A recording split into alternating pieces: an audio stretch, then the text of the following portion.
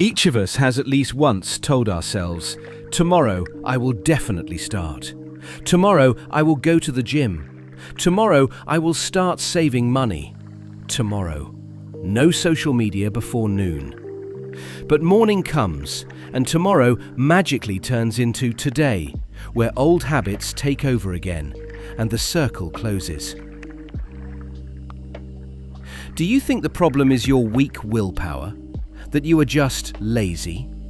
That is a lie. Today we will figure out why your tomorrow is the brain's most dangerous illusion. You will learn how your amygdala holds you hostage, why the prefrontal cortex shuts down in the evening, and how neurobiology can help you finally break this cycle.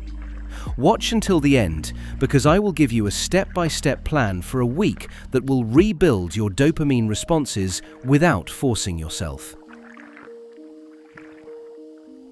We are used to blaming character, but in reality, your brain is a battlefield between evolutionarily different structures.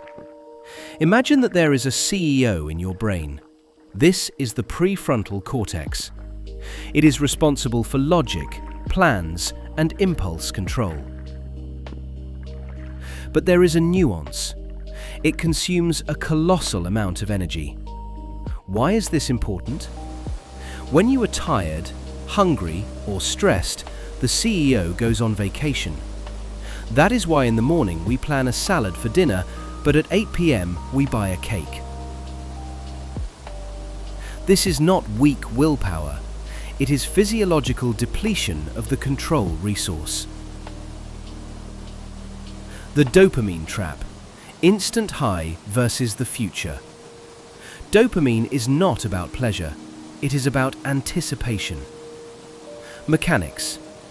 When you see a notification on your phone or smell pastries, the brain says, "Take it now. Get the reward immediately." Conflict.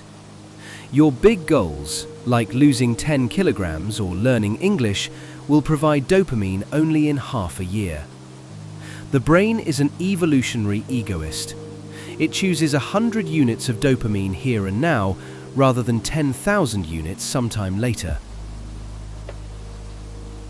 Amygdala, your inner panicker. The amygdala is the center of fear. Any change is a danger to it. When you say, "I'm going on a strict diet," the amygdala perceives it as a threat of starvation. It triggers a stress response, and the only way to calm it down is to return to familiar, safe, albeit harmful behavior.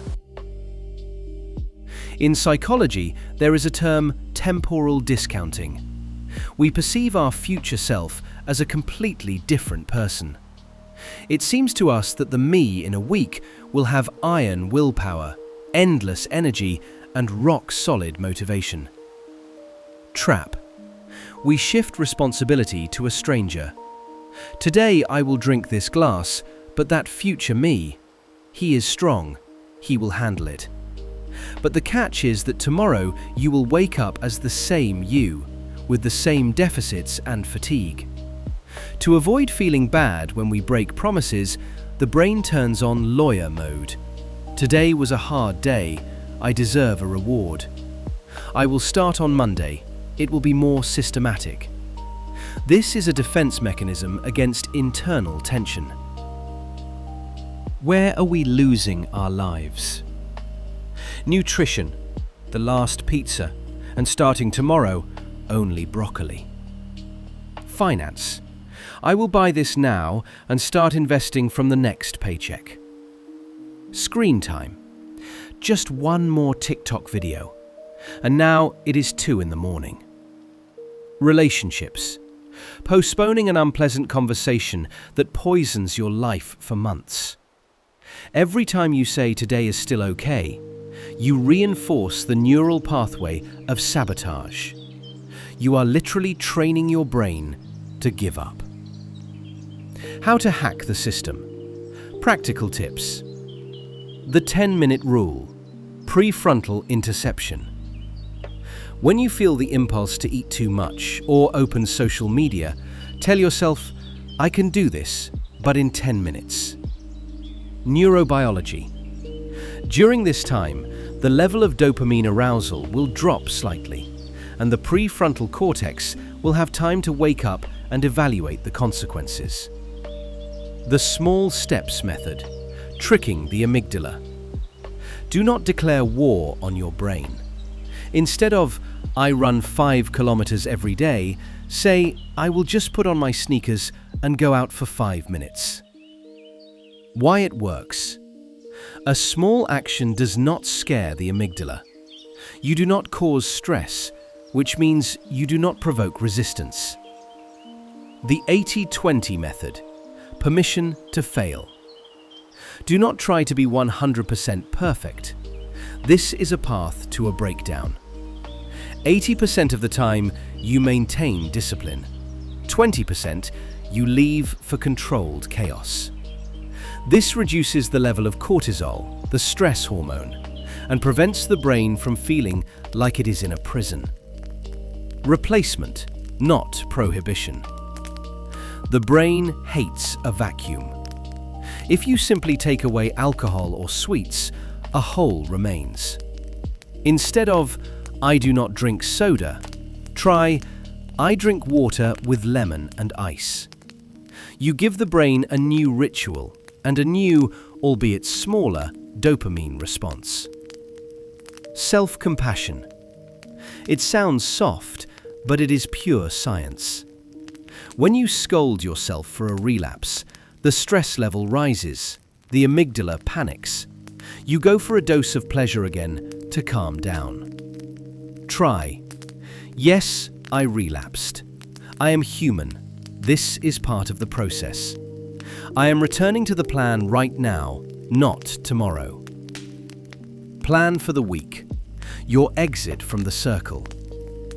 Day 1 and 2. Do not change anything. Just write down every moment when you tell yourself, "I will start tomorrow." Become an explorer of your own sabotage. Day 3. Choose one trigger, for example, your phone before bed, and reduce its impact by only 20%. Put the phone away 15 minutes earlier. Day 4 and 5. Implement a 10-minute delay for the strongest temptation. Day 6. Determine the real reason. Are you eating cake because you want something sweet, or because you are lonely or tired? Day 7. Summarize. Find 3 things you did today instead of putting them off. The problem is not willpower.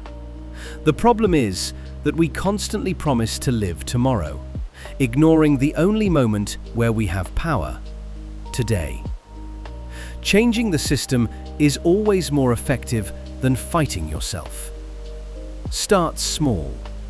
Right now, after this video, do one action that you have been putting off. Just one. Small. If this scientific approach to self-development resonates with you, subscribe to this channel. Through explanatory videos and life stories, and without successful success, we break down how our brain works and how to tune it to your advantage. Write in the comments, what is one thing you promise yourself to start tomorrow within a month? Thank you for watching.